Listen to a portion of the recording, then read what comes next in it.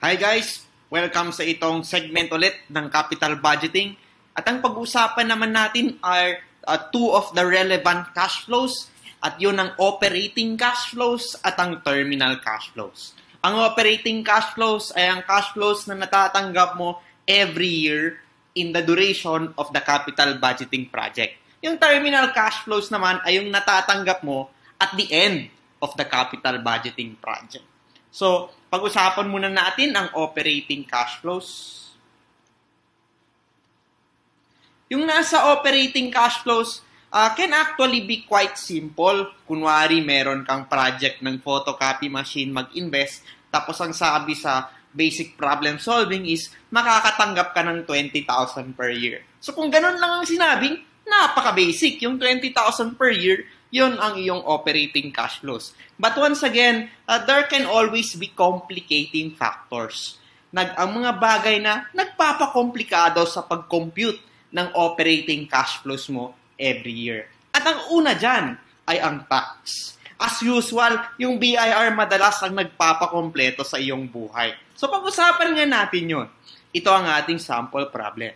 National company is considering the purchase of an 800,000 machine, which will be depreciated on straight line over 8-year period with no salvage value. The machine is expected to generate an annual before tax cash inflow of 220. Income tax rate is 40%. So, looking at the problem, kapag ang tanong is what is the initial investment, madali lang, diretsong sinabi, the investment here is on an 800,000 pesos machine. 800K ang sagot. Next is ang operating cash flow. Ang operating cash flow ay ang matatanggap mong kada taon, may makita kang before tax cash flow ng 220. Tapos may tax rate na 40%.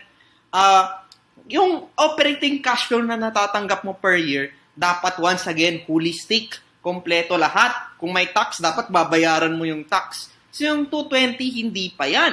Kailangan natin i-consider lahat ng factors kung magkano matatanggap mo bawat taon. So dito, 220,000. Kailangan na tatanggalin natin yung kanyang tax. So ang ating basic formula dito is, syempre, yung before tax cash flow is 220,000. Now, of course, para malaman ang magkano yung after tax, para malaman talaga kung magkano talaga yung operating cash flow, kailangan babawasan natin ang kanyang taxes, ang kanyang income tax. So, 220 minus ang kanyang magkanong tax, whatever yan, yan ang yung cash flow, net of tax na siya dapat.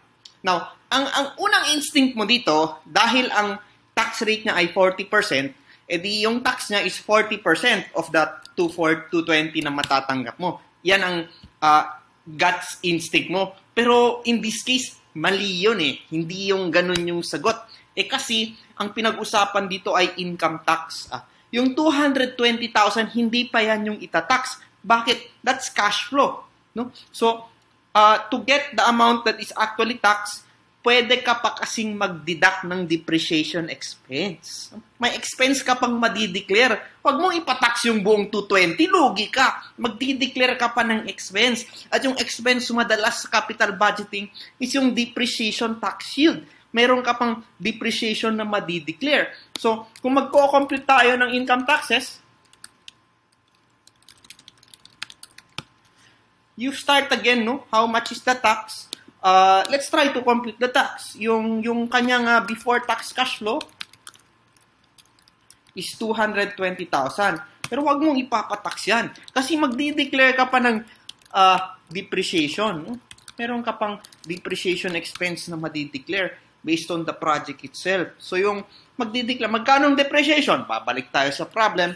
The problem is an 800,000 peso machine depreciated over 8 years. 800 peso, 8 years, 100,000 per year. So, magdi-declare muna tayo ng 100,000 a year na depreciation expense. To arrive from cash flow, you subtract the depreciation expense, that is your income. So, this is now your income. Yan ngayon ang itatax natin ng tax rate na 40%. So, yung 40% natin, yan, 120 times 40%, lalabas ang kanyang income tax that you now have to pay to the BIR. So, Meron tayo ngayon, bring up natin yon, yung 48,000 na tax, so 220, bayad ng 48 tax, yung cash flow na matatanggap mo isa 172,000. So again, recap natin yung a little complicated na process na yun. Operating cash flow has to be net of tax. So to get net of tax, you have before tax minus the tax, you get net of tax. The complicated part is how to compute the tax. Because the 40% tax is not based diretso doon sa 220. Yung 220 na yon, i-compute mo yung taxes, i-compute mo ng ganito. Yung 220, may expense mo muna yung depreciation para lalabas ang iyong income. It's called income tax, not cash flow tax. So yung income na 120, i-multiply mo ng 40%. Yun ang babayaran sa BIR na 48K. So, yun ngayon ang taxes. So, minus the tax, lalabas yung net of tax. That is the long method. That is method 1. And that is the reason why depreciation in capital budgeting is sometimes called a tax shield. It's a good thing. Depreciation is a good thing because it will shield you from taxes. Yan ang power ng depreciation, bawas ng tax. Ang method nito, ito, gagawin mo lang to pag medyo kabisado ka na, pag medyo praktisado ka na, may shortcut ito. No? If you understand this, then you can try this method. You can go for immediately ng ganito. No? You can immediately subtract sa 220,000, isa-subtract mo agad yung tax para diretso na. So, i-multiply mo na sa kagad ng 60%. So, diretso na. Shortcut yan. So, ang lalabas yan, 220 times 60%. So, meron kang 132,000. Tapos, papasok yung depreciation tax shield. It is the tax shield offered by the depreciation. And the depreciation of 100,000 per year, remember it's 100,000 per year, will give you a tax shield worth 40% of that. And therefore, yung 100,000 times 40%, yan ang 40. So, if you get the cash flow, you minus the tax, but you add back the tax shield that depreciation will give, lalabas ulit yung 172,000. Once again, gagawin mo yon pag medyo kabisado ka na sa method 1. So, yun ang ating madalas na epekto ng depreciation sa capital budget in how to compute operating cash flow. The next one that can complicate your computation of operating cash flow per year is replacement. No? If the problem is a replacement problem. Kapag basic problem, no, you buy 800,000 machine, you get 20,000 per year, it's simple. In terms, kasi isa lang, no, there's no old machine. Magiging complicated siya pag nagbenta ka ng luma, bibili ka ng bago. Magiging complicated yung cash flow mo minsan kasi yung luma may cash flow. Yung bago may cash flow din. So anong cash flow ang gagamitin mo? So yun ang anong gagamitin mo for analysis. Yun yung tanong at yun yung nagpapa-complicated pag replacement yung problem. Sige, tingnan natin itong replacement problem na to. Difference company is considering replacing a machine as follows. Ditong part ng table na to, ito yung tungkol sa lumang machine na ibebenta mo na. So may book value siya, may remaining useful life, tapos may market value pag ibenta mo. Yung bagong machine yung nandito, bibili ka daw ng 600K na bago, useful life na 5 years. Tapos, the following are the financial effect of the old and new machine. Yung old machine, meron ka kasing luma eh. It gives you 150,000 per year. Yung old machine. It gives you 150,000 per year. Yung bago naman, kaya ka bibili ng bago, will give you more. It will give you 250,000 machine kasi latest model. So, ang labas, in terms of annual operating cash flow, anong gagamitin mo? Yung 150 or yung 250? The answer is, well, that's a trick question.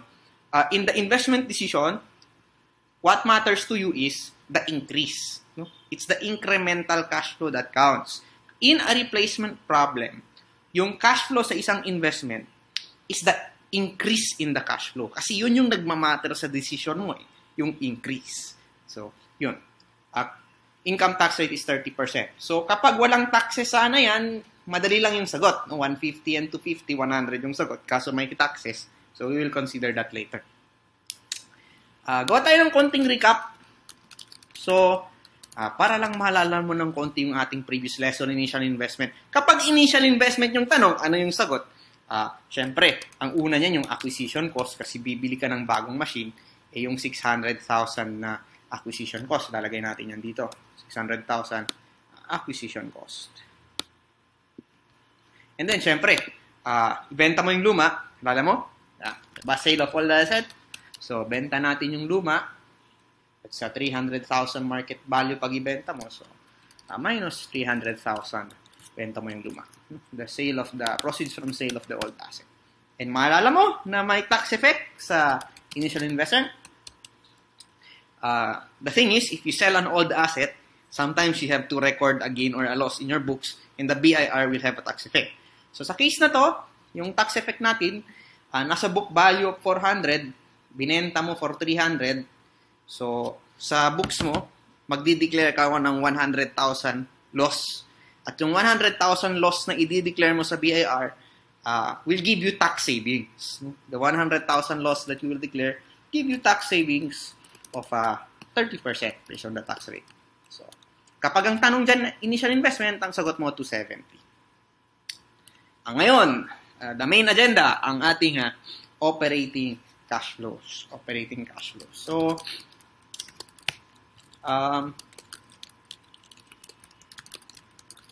let's see. So, once again, it's the difference that counts. It's the difference that counts. The old machine will give you 150,000. The new machine will give you 250,000. So, my suggestion is, in a complicated problem like this, gawin mo munang net, no? Kasi may tax effect tong problem na to. Gawin mo munang ano ang kanyang solve mo muna yung operating cash flow ng old, tapos operating cash flow ng new kung pwede, para ma-simplify ang iyong explanation. So, sige nga, yung old cash flow mo na 150,000, syempre, itatax yan, tapos may net. To recap, sana ma-familiarize mo pa, yung 150,000, gut instinct, 30% mo, yun yung tax, pero hindi, kasi magdi-declare ka pa ng depreciation. So, yung itatax dito is yung 150,000, but you can subtract depreciation muna before you tax that. So, subtract muna natin ang depreciation. So, subtract natin, shortcut natin dito sa formula. Ang depreciation is 400,000, useful life 5 years. So, you can declare a depreciation expense of 80,000. So, kunti na lang itatax. So, i-multiply natin yan sa tax rate na 30%. So, ang taxes na i-charge sa'yo ng BR, 21. So, 150 minus 21, net 129. Same with the new. Yung income tax natin dito is 250,000. Siyempre, declare tayo ng depreciation expense, 600,000 over 5 years. That is 120. So, minus tayo ng depreciation expense ng 120. At, kunti na lang ang taxable. So, multiply natin ng 30%. At 39. Ang babayaran si BIR, 250 minus 39, 211. Okay, now that you have got the two operating cash flows, the question is, in analyzing this capital budgeting project, what is the initial investment? Answer, 270.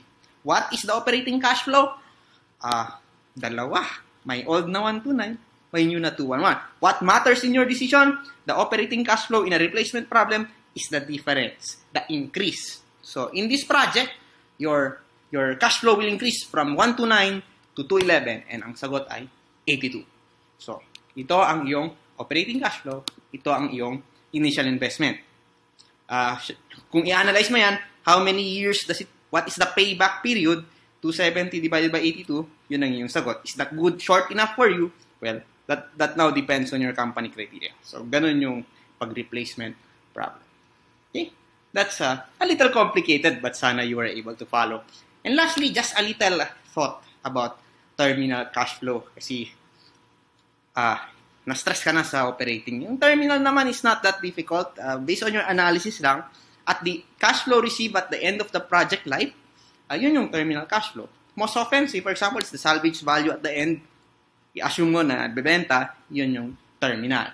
Or sometimes, no more project, working capital like inventory is returned to you or released, yun yung pwede yun. And other resources received at the end of the life, use your logic, titingnan mo kung anong matatanggap mo at the end. Yun ang ating terminal cash flow.